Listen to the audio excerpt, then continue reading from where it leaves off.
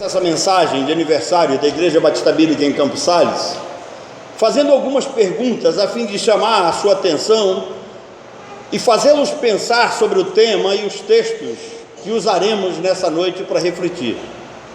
E vocês não imaginam a curiosidade que eu tenho se eu pudesse ouvir as respostas de vocês. Eu vou fazer as perguntas, não precisa você responder, você vai responder para você mesmo. Mas eu estou curioso para saber o que você estaria respondendo para vocês mesmos. E a primeira pergunta seria: para que você nasceu? Poderia responder para você mesmo: para que você nasceu? Qual a sua missão nessa vida? O que foi que você veio fazer de relevante, de importante neste mundo? Eu digo isso porque em João 17:18, Jesus disse assim aos seus discípulos: assim como tu me enviaste ao mundo. Ou seja, Jesus está orando na oração sacerdotal direcionada aos discípulos. Ele diz: assim como tu me enviaste ao mundo, eu também os enviei ao mundo. Então, qual o sentido que você está dando para a sua vida? Agora, olhe para Jesus. O que Jesus veio fazer nesse mundo? Lucas 18, 31 a 34, diz que Jesus fala para os 11 e mais um.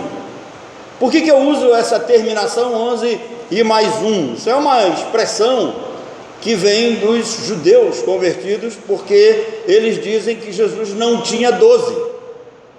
Nós temos o hábito de chamar os eleitos, né, os escolhidos para aquela missão, de 12, e na realidade não eram 12, porque os sábios rabinos dizem que para ser 12 eles teriam que ser um só em Cristo, eles teriam que ser aliançados, eles teriam que ter o mesmo propósito, e a Bíblia deixa muito claro que Judas não tinha o mesmo propósito. A Bíblia vai dizer para nós que Judas era do maligno, então nós usamos geralmente essa terminação. Jesus não tinha 12, ele tinha 11 e mais um. E ele olha para esse grupo e diz assim: vamos subir a Jerusalém. Por que subir a Jerusalém? Porque Jerusalém, às vezes, quem não conhece a geografia acaba se enganando. Jerusalém fica no alto de um morro, praticamente de um monte, cidade fortificada lá em cima. Quando você lê a parábola do bom samaritano, o texto diz assim, que alguém desce de Jerusalém para Jericó. Então, agora você entende. Jesus diz: olha, subamos a Jerusalém, e eu serei entregue aos gentios. Eles zombarão de mim, eles me insultarão, eles cuspirão em mim, eu serei açoitado e morto.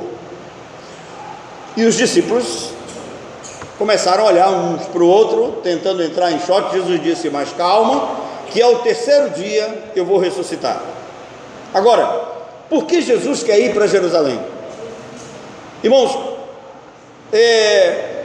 talvez uma resposta assim muito simples seria: nós vamos, ele vai lá para morrer, ele vai para ser crucificado. Isso é o que nós sabemos em termos gerais. Mas existe algo em Jerusalém que é tão importante que Jesus faz questão de chamar a atenção e de ir até Jerusalém para, de fato, ele vai morrer, de fato ele vai sofrer, ele vai dar a sua vida em favor dos seus. Preste atenção, ele vai dar a sua vida em favor dos seus.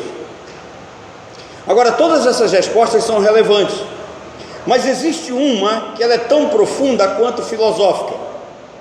Jesus veio cumprir tudo que está escrito na lei e nos profetas acerca dele. Se um dia alguém perguntar para você o que foi que Jesus veio fazer nesse mundo, ele não veio só morrer. Jesus veio cumprir o que está escrito na lei e nos profetas acerca dele.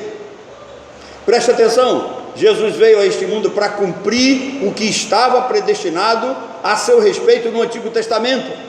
As palavras de Jesus mostram que todos nós nascemos com um propósito. As palavras de Jesus mostram que nós não estamos aqui por acaso. Não existe acaso no mundo espiritual, muito menos no mundo material.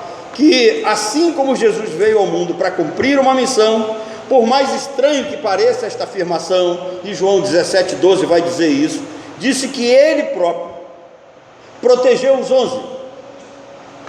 Ele não protegeu o outro, ele protegeu os 11, não protegeu mais um. E aí Jesus diz: nenhum deles se perdeu, exceto Judas, o filho da perdição, para que se cumprisse a Escritura. Então eles chamam mais uma vez a atenção. Todas as vezes que você lê sobre a missão, papel, função, ministério de Jesus, preste atenção que sempre vai ter no final esta expressão: ele veio para cumprir o que estava na Escritura acerca dele. E quer você ou não concordar com a Bíblia, a palavra de Deus diz que Deus é soberano e ele usa até o mal para cumprir os seus propósitos. Por isso que todas as coisas vão cooperar, vão trazer o bem daqueles que amam a Deus, daqueles que são chamados segundo o seu propósito. Então há um chamado divino sobre a vida de todos nós. Jesus parte para Jerusalém contra a vontade dos discípulos. Os discípulos já sabiam que havia um decreto de morte sobre a vida de Jesus. E eles começam a discutir entre eles: espera aí, nós vamos a Jerusalém e Jesus vai para morrer, e será que nós vamos lá? E tem um momento que Tomé diz assim, né, a turma que gosta de criticar Tomé diz assim: nós vamos lá para morrer com ele também. Aí a turma se enche de coragem e vai. Então ir a Jerusalém significa enfrentar a morte. Jesus vai para morrer. E como eles estavam longe, eles viajaram longos e cansativos dias. Viajaram muito, andando a pé. E quando chegaram aos povoados de Betfagé e Betânia, próximo ao Monte das Oliveiras, Jesus parou e disse ao grupo: a partir daqui eu não vou mais a pé. Jesus não estava cansado, ele não estava exausto, e também não estava querendo mostrar que era superior aos demais. Ele chama dois e diz: vocês vão ao povoado que está diante de vós, e logo encontrarão uma jumenta amarrada com um jumentinho ao seu lado. Desamarrem-nos e tragam-no a mim. Se alguém lhes perguntar alguma coisa, diga que o Senhor precisa deles e logo os enviará de volta. Irmãos, qual a razão desta cena? Mateus capítulo 21 vai nos responder que aqui nós vamos estar diante da entrada triunfal de Jesus em Jerusalém. Jesus está entrando em Jerusalém em direção à cruz. Jesus de fato está indo para morrer. Mas mesmo dentro da narrativa da entrada triunfal de Jesus, no versículo 4 do capítulo 21 de Mateus, existe uma resposta para essa pergunta: qual a razão da cena? Por que Jesus tem que entrar montado no jumentinho? O verso 4 do capítulo 21 responde: isto aconteceu para que se cumprisse o que fora dito pelo profeta, aquilo que estava registrado sobre Jesus no Antigo Testamento. Jesus entra em Jerusalém tornando público que ele é o Messias.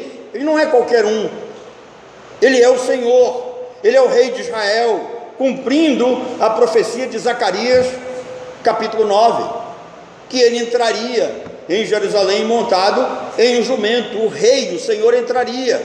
Diz-nos assim Zacarias capítulo 9, versículo 9: alegra-te muito, ó filha de Sião, exulta, ó filha de Jerusalém, eis aí vem o teu rei, justo e salvador, humilde, montado em um jumento, em um jumentinho, cria de jumento.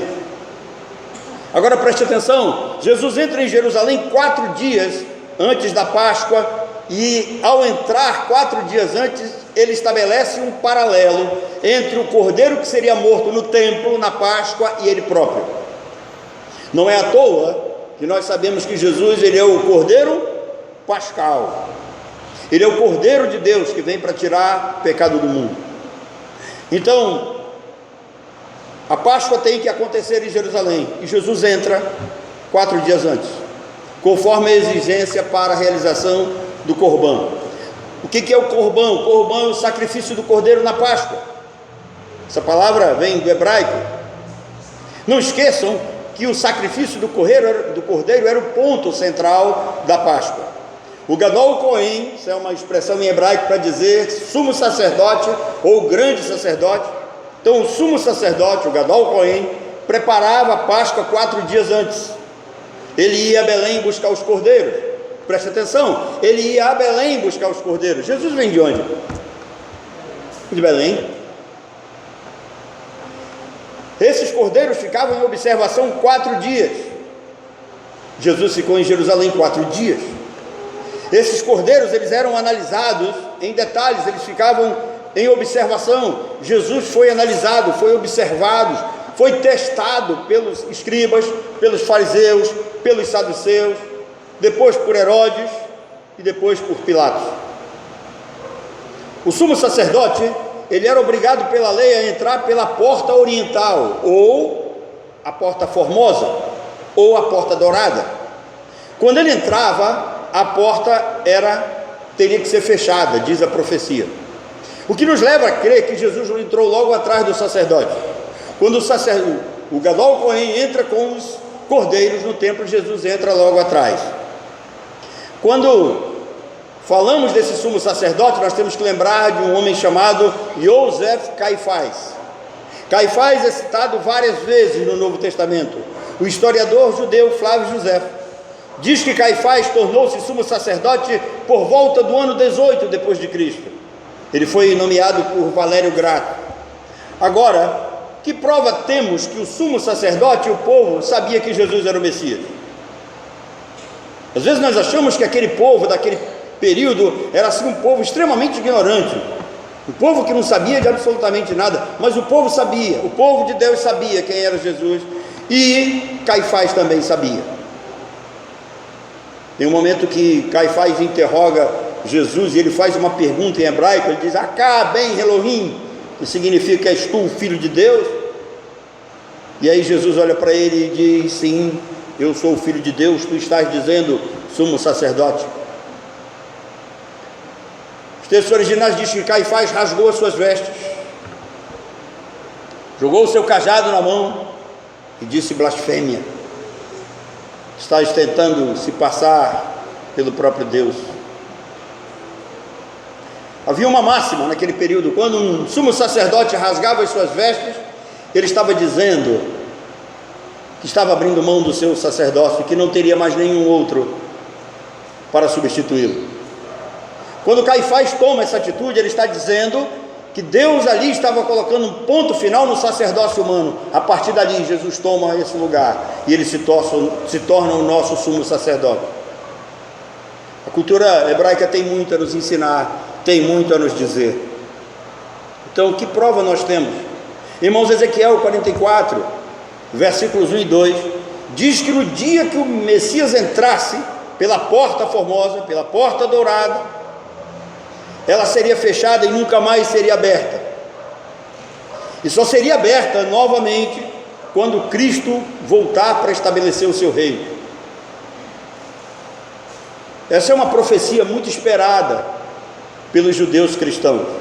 Essa porta está fechada até hoje, o que prova que eles sabiam que era Jesus. Jesus entra atrás do Gadol Cohen, o sumo sacerdote. Essa porta é fechada e está fechada até hoje. Essa profecia é tão real no meio daquele povo que os muçulmanos construíram um cemitério à frente da porta dourada para evitar a entrada de Jesus. Interessante isso. Os muçulmanos sabem que os judeus não violam cemitérios inimigos, e quando Jesus entrou, a porta foi fechada, está fechada até hoje. Mas no dia que ele voltar para reinar com os seus, essa porta será aberta novamente para que entre o Rei da Glória. Jesus entra em Jerusalém e o povo de Deus que estava ali para a Páscoa o recebe. E a chegada de Jesus revela toda a sua realeza. À medida que ele se aproxima, ele era aclamado como rei. O povo tinha palmas e tinha mantos nas mãos, e cantando o Salmo 118 diziam: bendito o rei que vem em nome do Senhor. O paralelismo impressionante. Após 4 dias de observação, vocês sabem como o sumo sacerdote declarava que o cordeiro estava perfeito e pronto para o sacrifício?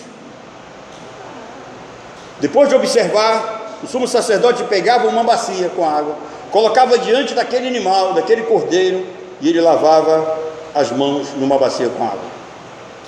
Agora você sabe por que Pilatos lavou as mãos diante de Jesus? Enquanto o sacerdote lavava as mãos lá no templo, diante do cordeiro, dizendo que ele estava pronto para o sacrifício da Páscoa, para o Corbã, Pilatos lavava as mãos diante de Jesus, dizendo que ele estava limpo e pronto para ser o cordeiro sacrificado sem defeito. Mas Pilatos não parou por aí. Sem saber o que estava predeterminado por Deus, ele mandou colocar uma placa no pescoço de Jesus em 3 idiomas: hebraico, grego e aramaico. Essa placa identificaria quem era aquele homem. Aqueles que vissem Jesus caminhando em direção ao Gólgota, com aquela placa no pescoço, sabia que aquele homem estava sendo escarnecido pelo Império Romano. Os sacerdotes chegaram a discordar de Pilatos. A mulher de Pilatos o alertou: cuidado, vê lá o que você vai fazer com esse homem, toma cuidado com ele. Mas Pilatos não ouviu a ninguém, e ele colocou, não sabendo o que estava decretado por Deus. A escrita em hebraico dizia Yoshua, Hanatzaret, Vemelech e Yehudim.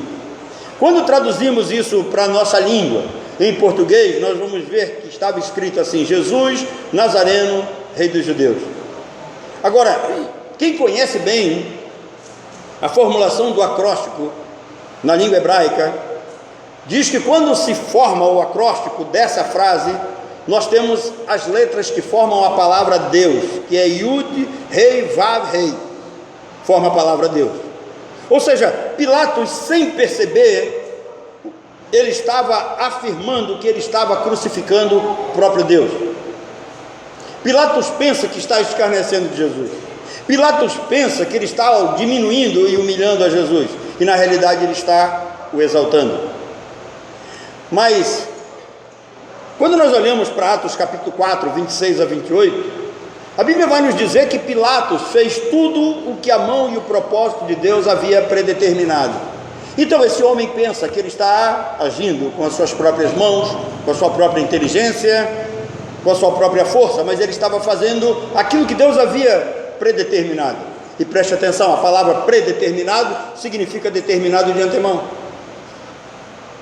Pilatos pensou estar agindo com ironia, mas ele acabou declarando que estava crucificando o Emanuel, Deus conosco, o Messias, o Cordeiro de Deus. E quando Jesus vai à cruz, Paulo nos chama a atenção para olharmos para ela, porque se ele levou sobre si os nossos pecados, nenhuma condenação há para os que estão em Cristo, que tiveram seus pecados cravados na cruz e humilhados na placa de Pilatos. Sabem por que Jesus entrou em Jerusalém montado em um jumentinho? A resposta é lógica: para cumprir Zacarias capítulo 9, versículo 9. É sério. Também você pode dizer agora: não, Jesus entrou para cumprir o que estava escrito acerca dele no Antigo Testamento, nas Escrituras. É verdade, mas tem um outro detalhe. A cultura hebraica vai dizer para nós o seguinte: quando um rei visitava um lugar em missão de paz, ele ia montado num jumentinho. Vou repetir: quando um rei entrava numa localidade, entrava numa aldeia, entrava numa cidade, entrava num lugar, montado num jumento, ele estava em missão de paz. O gesto indicava que ele estava indo de forma amigável, que ele estava querendo se relacionar com aquele povo, significava que ele estava querendo o bem daquele povo. Mas quando o rei vinha montado em um cavalo branco, era muito diferente. Significava que esse rei estava vindo para a guerra. É isso que mostra Apocalipse capítulo 19 e 11.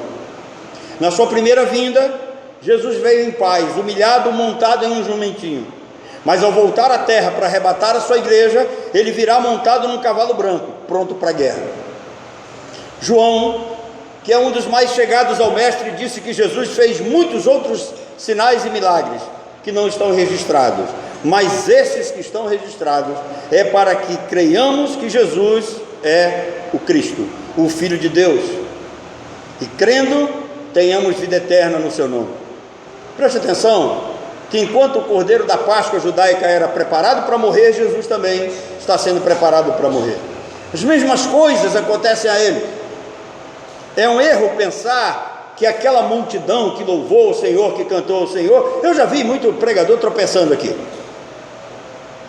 Eu vi muito pregador dizendo que a mesma multidão que grita Hosana, Hosana, é a mesma multidão que vai gritar crucifica-o, crucifica-o depois. Não é, querido? Essa multidão aqui, ela é composta em torno de 120 pessoas. E agora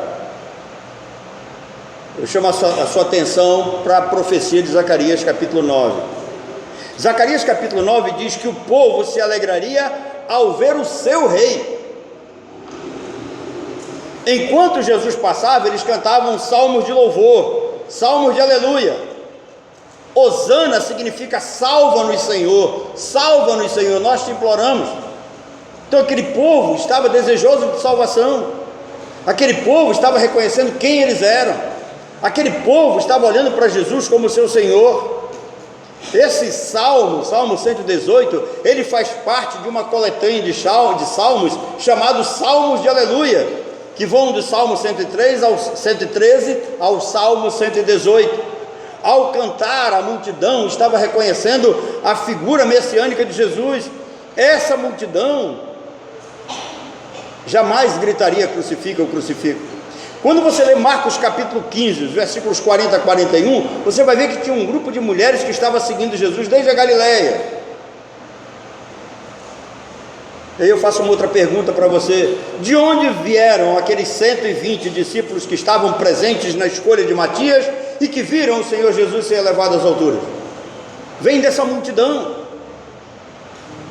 Qual a lição que fica, irmãos, para nós? Os escolhidos de Deus são poucos. Às vezes nós queremos casa cheia, nós queremos multidão, nós queremos ver sempre, muita gente na igreja.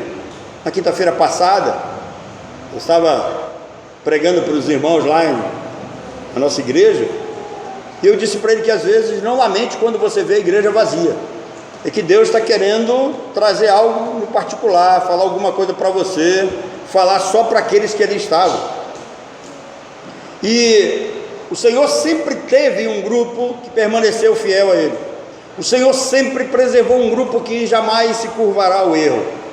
Nós temos diante de nós uma prova clara da mão divina controlando a história humana. Nada acontece por acaso, nada foge ao controle de Deus. Deus predestinou e profetizou pela boca de Zacarias que Jesus entraria em Jerusalém na condição de Messias, o Cristo encarnado. Durante o tempo que Jesus ficou com os discípulos, ele deixou claro que ele era o Messias. Não há dúvida acerca disso, que ele veio a este mundo com a missão de morrer pelos pecados dos seus. Ele falou isso em João, no capítulo 13, no verso 1. Impressiona ver todos os detalhes ligados ao sacrifício do Cordeiro sendo vistos em Jesus. Depois de condenado e açoitado, Jesus foi entregue para ser crucificado. A crucificação foi uma das formas mais cruéis e desumanas de punição utilizadas na antiguidade. Jesus foi açoitado na fortaleza Antônia, de onde começa a Via Crucis em direção ao Golgolete no hebraico. Traduzido para português é Gólgota, o lugar da caveira. O lugar da caveira era um lugar público, era conhecido, as pessoas os bandidos eram executados ali, era um lugar conhecido para execução, que ficava fora dos muros de Jerusalém. Jesus estava sendo conduzido em direção à porta que dá para Damasco. E todas as vezes que a Bíblia faz alguma referência geográfica, ela tem alguma indicação, tem alguma coisa para dizer. Essa porta ficava localizada no lado noroeste da cidade, que dava acesso a Siquém e a capital da Síria. Por isso que a narrativa bíblica diz que quando Jesus está saindo, um homem chamado Simão Cirineu estava vindo do campo. Ele está vindo dessa porta, ele está entrando, Jesus está saindo em direção ao Gólgota. Agora, quem é Simão o Cirineu? Simão é a versão grega do hebraico Simeão. Simeão é filho de Jacó com Lia. Cirineu não é sobrenome, Cirineu é uma indicação do seu lugar de origem. Esse homem vem de Cirene, Cirene ficava na África. Isso leva a uma pergunta: como Simão um africano recebeu um nome judeu? Eu sempre digo, aqueles que estudam comigo, que o teólogo, o pregador, ele tem que ser um detetive, ele tem que investigar tudo, ele tem que ir a fundo para ele poder ter as respostas.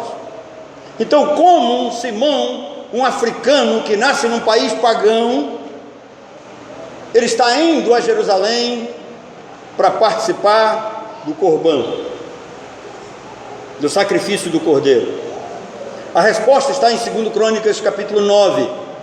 Simeão, ou Simão, ele era descendente de Salomão com a rainha de Sabá. Aproximadamente 1000 anos antes de Simeão, Maqueda, que era o nome da rainha de Sabá, ela foi ver de perto a grandeza, a sabedoria e a fé de Salomão. Ela se aproximou dele, ela se apaixonou por ele, e eles tiveram um filho, por nome Menelique. Maqueda abriu mão do reino, e esse rapaz se tornou Menelique I, rei da Etiópia. Irmãos, se um dia você aconselhar, falar para os pastores aqui, alguém que está prestes a casar, mande observar a cozinha. Como essa mulher passa a amar e a respeitar Salomão? Ela vai na cozinha. Se você ler esse relato, você vai ver uma cozinha extremamente organizada, os copeiros bem vestidos, todos aparelhados, as coisas todas em ordem. E dizem os sábios judeus que no fundo de cada panela de Salomão estava escrito louvor ao Rei Eterno, falando de quem era Deus, santidade àquele que reina sobre Israel. Isso mexe com ela. Então eu faço sempre essa brincadeira. Se você quiser aconselhar alguém para casar, vai dar uma olhada na cozinha. Se a pia estiver cheia de louça, vaza, esquece. Então a rainha vai até Salomão, se apaixona por ele, e ela sai de lá grávida. A gente pensa que a coisa durou aí uns dias, né? Não, durou um bom tempo. Ela sai de lá grávida, e todos já estavam vendo a barriga de Maqueda. E Salomão deu um anel para ela e disse: quando o menino nascer, quando desmamar o menino, quando o menino chegar à idade adulta, a idade da maturidade religiosa, você mande esse menino vir me conhecer aqui, e o anel será o reconhecimento dele, de que eu reconhecerei como filho. Menelique não só conheceu a Salomão, como também se converteu ao judaísmo. Ao retornar ao reino de Sabá, a sua mãe abdicou do trono, então ele se tornou rei, dando início à dinastia salomônica e à crença em um só Deus na Etiópia. Tem gente que pensa que o evangelho vai chegar na Etiópia, chegou na Etiópia só por meio daquele etíope lá no livro de Atos, capítulo 8, não. Muito antes já se falava do monoteísmo lá, de um só Deus, da vinda de um Messias. O reinado de Menelique colocou um ponto final ao paganismo, ao reino de Sabá. Isso nos leva a entender o que Simão estava fazendo em Jerusalém no dia 14 de Abibe. Simão era um africano, mas não era pagão. Simão era um judeu, dentre os muitos judeus espalhados pelo mundo. Simão era um descendente de Salomão. Simão estava ali para ver o sumo sacerdote fazer o sacrifício do Cordeiro Pascal. O sacrifício acontecia no átrio. Lá só havia uma porta de entrada. As mulheres não podiam entrar, elas ficavam do lado de fora. Os homens se apertavam naquele lugar pequeno, com suas vestes brancas, esperando a aspersão do sangue do Cordeiro, para que eles recebessem em suas roupas ou em seus talites brancos pelo menos uma gota do sangue do Cordeiro. Na porta havia um cohen, havia um sacerdote que examinava se as vestes estavam limpas e apropriadas para aquela cerimônia. Lucas diz que Simão vinha entrando e Jesus saindo. Agora, por que Jesus está saindo? Por que ele é crucificado no Gólgota, fora de Jerusalém? Para cumprir Hebreus capítulo 13, versículo 12, que para santificar o povo, Jesus sofreu fora da porta. E quando eles se cruzaram num determinado ponto, Jesus cai. E Simão, sem saber o que estava acontecendo, ele parou assustado, porque vem uma grande multidão blasfemando contra aquele prisioneiro. O prisioneiro está indo para a crucificação, para a sua sentença, e Simão não pode se sujar. Então dizem os sábios que ele tenta se esquivar, ele tenta se afastar, mas a multidão era grande. O objetivo de Simão era ver o sacrifício e receber uma gota de sangue. Isso porque, no final, Simão teria que prestar contas à sua família, da sua ida a Jerusalém. Quando Jesus cai, um soldado grita: ei, você aí, ajude o condenado, levante o prisioneiro. E Simão olha para Jesus, olha para as suas vestes e ele diz: se eu encostar nesse homem, ele vai me sujar e eu não posso entrar para ver o sacrifício do cordeiro. Diz a tradição que todo judeu que vinha a Jerusalém para ver o corbã, ele tinha que receber uma gota de sangue pelo menos, e quando chegava em casa, sua família estava aguardando com um banquete, e ele tinha que contar como era o sacrifício para toda a sua família. Irmãos, Jesus está caído, sangrando, devido aos açoites e a coroa de espinho. O sangue escorria misturando-se ao suor, e Jesus pisava no próprio sangue. Enquanto caminhava, seu sangue ia deixando marcas pelas ruas. As pessoas que vinham atrás pisavam naquele sangue, e dizem os sábios rabinos que os enfermos eram curados, num claro cumprimento da profecia que está em Isaías 53, que pelas suas pisaduras, pessoas seriam saradas. Simão foi obrigado a carregar a cruz, e quando se ajoelhou, algo fantástico aconteceu, que só quem conhece a cultura judaica pode entender isso.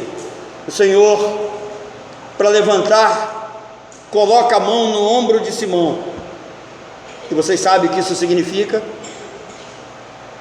Eleição e salvação. Quando um primogênito completava 13 anos e ele atingia a maioridade religiosa, aos 14 ele era levado perante a 70 sábios no templo, que o examinavam para saber se ele tinha chamado, se seria ele o sacerdote da sua casa, se daria continuidade, se ele tinha um chamado para ser mestre. Jesus passou por esse teste entre os 12 e 13 anos. O garoto era reprovado com um aperto de mão. Quando ele não passava no teste, os sacerdotes davam a mão para ele, o despediam e mandavam ele para casa. Se fosse o pastor João Pai, mandaria plantar banana, né? Mas quando ele era aprovado, o sacerdote botava a mão no ombro dele. Simão levantou Jesus. Simão era um homem forte. Gotas de sangue caíram sobre as suas vestes, sobre a sua túnica. A mão do mestre ficou no seu ombro direito. Ao colocar a mão no ombro de Simão, Jesus estava dizendo para ele que ele era um eleito, um escolhido do Senhor. Ainda que ele não soubesse, ele não estava entendendo nada. Entenda uma coisa, nada acontece por acaso. A graça tem sempre um alvo. A graça de Deus não está caindo do céu por acaso, ela tem um alvo. A palavra de Deus jamais volta vazia, ela vai cumprir o propósito que Deus determinou. Simão pensava em ver um ritual, e ele se encontra com o próprio Cordeiro de Deus. Simão ficou ali parado, pensando: e agora? Eu tenho que voltar para casa. Como eu vou explicar o que aconteceu à minha família? A família o esperava com um banquete preparado, e eles estavam ansiosos para ver Simão de volta. Irmãos, Marcos 15, 21 diz que Simão tinha 2 filhos, Alexandre e Rufo. E quando você lê Romanos capítulo 16, Paulo diz que estes eram cooperadores dele. Alexandre e Rufo, seguindo a história, Dizem os historiadores que Rufo foi rejeitado pelos doutores da lei, mas o conhecimento permaneceu com ele. E como um estudioso das Escrituras, quando Simão começou a contar a sua experiência, contar o que foi que aconteceu, por que ele não recebeu, por que a gota, por que ele não viu o sacrifício, Rufo foi juntando os acontecimentos, e Deus o fez lembrar das profecias messiânicas, e ele pediu para ver a túnica, e identificou algo maravilhoso e significativo, que a casa de Simão foi escolhida para pregar salvação pela graça na Etiópia. Quando Rufo vai contando, ele vai dizer assim: papai, o senhor foi para ver o sacrifício de um cordeiro, e o senhor teve um encontro pessoal com o próprio Cordeiro de Deus. Essas marcas são as marcas das mãos do nosso Senhor. Romanos 16:13, Paulo diz assim: saudai a Rufo, eleito no Senhor, e sua mãe e minha também. Deus colocou a sua mão sobre o nosso ombro. Eu estou falando conosco agora. Deus colocou a sua mão sobre o nosso ombro desde a eternidade. Foi Ele quem nos escolheu e não nós a Ele. Ele aplicou sobre nós bênçãos espirituais contidas no sangue do Cordeiro de Deus. Ele nos mostrou que a rua estreita aponta para um único encontro com Ele próprio, porque só há um caminho, e esse caminho é estreito. Como estreita é a porta, esse caminho é Jesus, essa porta é Jesus. A túnica tinha que ser branca, sem mancha, porque simbolizava o lavar dos nossos pecados. O cordeiro simbolizava Cristo. E agora vocês sabem como o sacerdote realizava o corbã. O sacerdote sangrava o cordeiro na jugular, e ele derramava o sangue sobre o altar, 2,85 metros, quase 3 metros de altura, aquilo lá no fundo, aquele pedregulho feito de pedras redondas. Moisés é quem recebe a orientação de fazer um lugar de sacrifício igual lá no deserto. O sacerdote sangrava o animal na jugular, e ele segurava o animal pelas duas pernas traseiras. Esse cordeiro de cabeça para baixo derramava o sangue, e o sacerdote circulava no sentido horário 7 vezes esse sangue. E por que o sangue tinha que ser em círculos? Porque ele simbolizava o sangue da eterna aliança. Esse sacrifício simbolizava o sangue de Jesus sendo realizado por toda a eternidade. Era como se o sangue de Cristo estivesse sendo derramado por toda a eternidade. Depois o grande sacerdote já não podia mais tocar no sacrifício, ele não poderia mais contaminar o sangue, então ele pegava um maço de isopo, e você conhece a história desse arbusto. Davi disse: purifica-me com isopo, no Salmo 51, ele jogava esse maço de isopo sobre aquele sangue, isopo absorvia parte do sangue, e o sumo sacerdote enfiava uma madeira naquele maço de isopo, e ele levantava aquela madeira, porque o texto diz que o sangue tinha que escorrer na madeira, e quando o sangue começava a descer na madeira, ele aspergia os presentes. Os homens que ali estavam se apertavam para receber pelo menos uma gota de sangue, e quando chegassem em casa eles iam dizer que eles foram agraciados com a salvação de Deus. Louvado seja o Senhor. Em seguida, Jesus sai dali. O grande sacerdote estava esperando o momento final para o abate do cordeiro, e aqueles esperavam Jesus a chegada do Gólgota. Agora, você já sabe como foi que você se tornou o ramo da videira verdadeiro. Foi através desse sacrifício, foi através dessa eleição. Deus colocou sua mão em você para pregar o Evangelho e anunciar a morte e ressurreição de Jesus Cristo para a remissão dos pecados de todo aquele que crê. Irmãos, enquanto Simão contava o que viveu a Via Crucis, Rufo junta as peças e entende. Ele entende que é chamado, a responsabilidade que tem. Rufo disse: Pai, o Senhor carregou a cruz do nosso Senhor. Jesus foi crucificado, morreu na cruz por nossos pecados, mas ressuscitou para a nossa justificação. Voltando para o texto de Lucas, que nós lemos o nosso texto base. E vamos começar a colocar acabamentos aqui. Lucas diz que Jesus abriu o entendimento dos discípulos. Assim começa a narrativa do texto que lemos. Ou seja, Jesus iluminou a mente deles, deu-lhes a capacidade de compreender o significado das profecias acerca da morte e da ressurreição de Jesus. Eles o ouviram, viram morrer e ressuscitar ao terceiro dia. Não havia mais dúvidas em seus corações. Eles sabiam que estavam diante de Deus. Ele é o Messias, Deus encarnado. Ao abrir o entendimento de seus discípulos, Jesus mostra onisciência e que ele tem acesso imediato ao espírito e à alma humana. Ou seja, Jesus está dizendo que é ele quem penetra lá no interior, lá no mais profundo do seu ser, para realizar em você o novo nascimento. Ele é o Messias. Ele tem o poder absoluto sobre a mente humana. Ele salva quem quer e também ele endurece a quem quer. João, no capítulo 5, no verso 21, diz: assim como o Pai ressuscita e dá vida aos mortos, assim também o Filho do Homem dá a vida para quem Ele quer.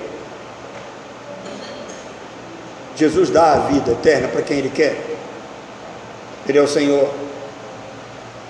Depois de salvar os seus, Deus colocou um alvo diante de cada um dos eleitos. Eu vou repetir: depois de nos salvar, Deus colocou um alvo diante de nós. Os discípulos receberam este alvo primeiro que nós, receberam esse propósito muito antes de nós, e eles receberam pessoalmente de Jesus, antes de Jesus voltar aos céus.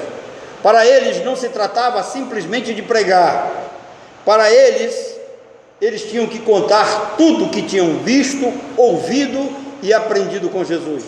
Foi isso que Jesus disse para eles: ensinando-vos a guardar todas as coisas que vos tenho dito, feito diante de vocês e ensinado. Esse é o papel de uma testemunha, contar tudo que ouviu e aprendeu. Nós somos testemunhas da vida, da morte e ressurreição de Jesus Cristo. O relato da criação em Gênesis nos diz que quando Deus criou as árvores e os animais, Ele falou com a terra. Preste atenção: quando Deus foi criar as árvores e os animais, Ele falou com a terra: produz a terra. Quando Deus criou os peixes e os animais marinhos, Ele falou com as águas. Mas quando Deus foi criar o homem, Ele falou consigo mesmo, porque Ele estabeleceu um vínculo de vida entre Ele e o ser humano. Agora preste atenção: peixe fora d'água morre, árvore fora da terra morre, homem fora de Deus já nasce morto. Ao pecar, Adão condenou a humanidade à morte espiritual e à separação eterna de Deus. Isso prova que todo homem nasce nesse mundo morto em seus delitos e pecados, condenado ao inferno eternamente. Um dia alguém perguntou para um pregador: o que eu faço para ir ao inferno? O pregador disse: continua indo. Você já está indo na direção, o caminho está aberto, vá por ele. Quando Jesus disse de por todo mundo pregar o evangelho a toda criatura, Ele está dizendo que toda criatura precisa ouvir do evangelho da graça. Todos pecaram e carecem da glória de Deus. Até mesmo nós, eleitos antes da fundação do mundo, um dia tivemos que ter um encontro pessoal com o Senhor, da qual Ele usa essa palavra para confrontar-nos com Ele.